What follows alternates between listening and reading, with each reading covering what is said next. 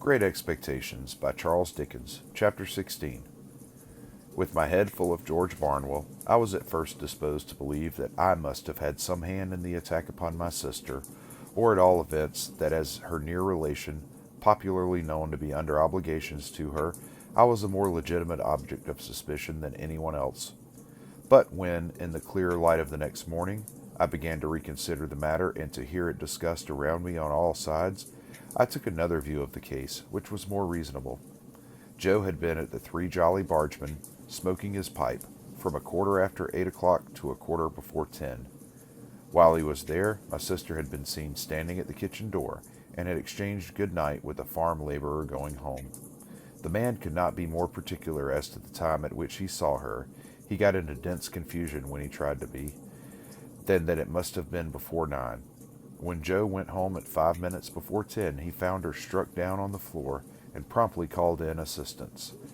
The fire had not then burnt unusually low, nor was the snuff of the candle very long. The candle, however, had been blown out.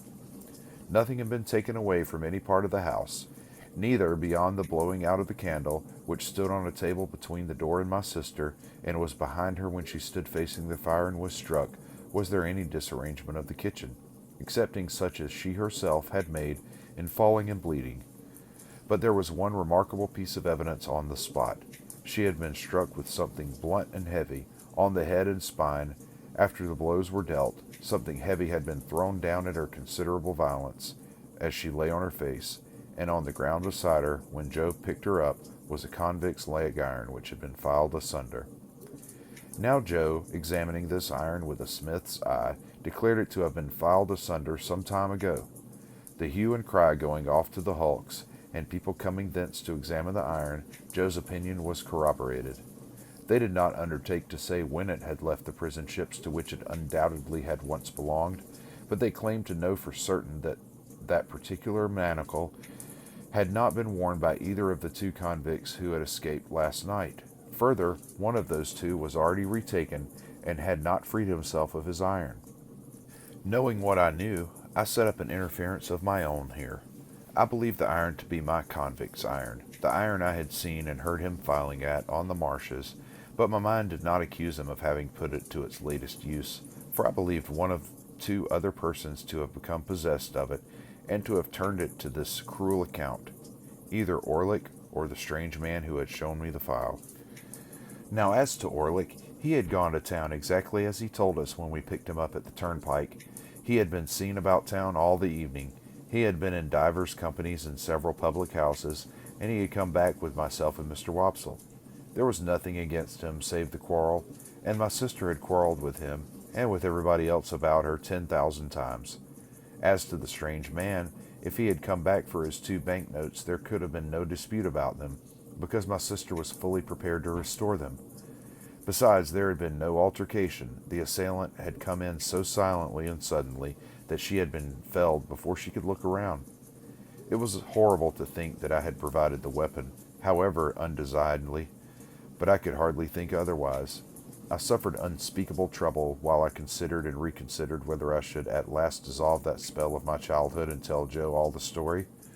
For months afterwards, I every day settled the question finally in the negative, and reopened and re-argued it next morning. The contention came, after all, to this. The secret was such an old one now, had so grown into me and become a part of myself, that I could not tear it away. In addition to the dread that, having led up to so much mischief, it would be now more likely than ever to alienate Joe from me if he believed it, I had a further restraining dread that he would not believe it, but would assort it with the fabulous dogs and veal cutlets as a monstrous invention.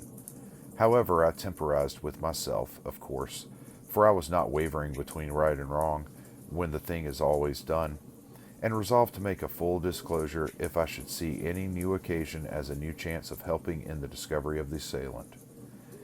The constables and the Bow Street men from London, for this happened in the days of the extinct red waistcoated police, were about the house for a week or two, and did pretty much what I have heard and read of like authorities doing in other such cases. They took up several obviously wrong people, and they ran their heads very hard against wrong ideas, and persisted in trying to fit the circumstances to the ideas instead of trying to extract ideas from the circumstances. Also, they stood about the door of the Jolly Bargeman with knowing and reserved looks that filled the whole neighborhood with admiration, and they had a mysterious manner of taking their drink that was almost as good as taking the culprit, but not quite, for they never did it. Long after these constitutional powers had dispersed, my sister lay very ill in bed. Her sight was disturbed so that she saw objects multiplied and grasped at visionary teacups and wine glasses instead of realities. Her hearing was greatly impaired, her memory also, and her speech was unintelligible. When at last she came around so far as to be helped downstairs, it was still necessary to keep my slate always by her, that she might indicate in writing what she could not indicate in speech. As she was, very bad handwriting apart, a more than indifferent speller, and as Joe was more than an indifferent reader, extraordinary complications arose between them which I was always called in to resolve. The administration of mutton instead of medicine, and the substitution of tea for Joe, and the baker for bacon, were among the mildest of my own mistakes. However, her temper was greatly improved, and she was patient. A tremulous uncertainty of the action of all her limbs soon became a part of her regular state, and afterwards, at intervals of 2 or 3 months, she would often put her hands to her head, and would then remain for about a week at a time in some gloomy aberration of mind. We were at a loss to find a suitable attendant for her until a circumstance happened conveniently to relieve us. Mr. Wopsle's great-aunt conquered a confirmed habit of living into which she had fallen, and Biddy became a part of our establishment. It may have been about a month after my sister's reappearance in the kitchen, when Biddy came to us with a small speckled box containing the whole of her worldly effects, and became a blessing to the household. Above all, she was a blessing to Joe, for the dear old fellow was sadly cut up by the constant contemplation of the wreck of his wife, and had been accustomed, while attending on her of an evening, to turn to me every now and then and say, with his blue eyes moistened, "Such a fine figure of a woman as she once were, Pip," Biddy instantly taking the cleverest charge of her, as though she had studied her from infancy. Joe became able in some sort to appreciate the greater quiet of his life, and to get down to the Jolly Bargeman now and then for a change that did him good. It was characteristic of the police people that they had all more or less suspected poor Joe, though he never knew it, and that they had to a man concurred in regarding him as one of the deepest spirits they had ever encountered. Biddy's first triumph in her new office was to solve a difficulty that had completely vanquished me. I had tried hard at it, but had made nothing of it. Thus it was. Again and again and again my sister had traced upon the slate a character that looked like a curious T, and then with the utmost eagerness had called our attention to it as something she particularly wanted. I had in vain tried everything producible that began with a T, from tar to toast and tub. At length it had come into my head that the sign looked like a hammer, and on my lustily calling that word in my sister's ear, she had begun to hammer on the table, and had expressed a qualified assent. Thereupon I had brought in all our hammers, one after another, but without avail. Then I bethought me of a crutch, the shape being much the same, and I borrowed one in the village, and displayed it to my sister with considerable confidence, but she shook her head to that extent when she was shown it, that we were terrified lest in her weak and shattered state she would dislocate her neck. When my sister found that Biddy was very quick to understand her, this mysterious sign reappeared on the slate.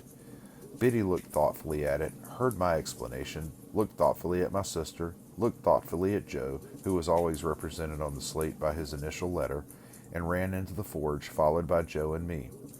"Why, of course," cried Biddy with an exultant face. "Don't you see? It's him." Orlick, without a doubt. She had lost his name, and could only signify him by his hammer. We told him why we wanted him to come into the kitchen, and he slowly laid down his hammer, wiped his brow with his arm, took another wipe at it with his apron, and came slouching out with a curious loose vagabond bend in the knees that strongly distinguished him. I confess that I expected to see my sister denounce him, and that I was disappointed by the different result. She manifested the greatest anxiety to be on good terms with him, was evidently much pleased by his being at length produced, and motioned that she would have given him something to drink.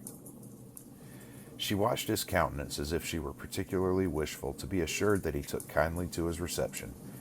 She showed every possible desire to conciliate him, and there was an air of humble propitiation in all she did, such as I have seen pervade the bearing of a child towards a hard master.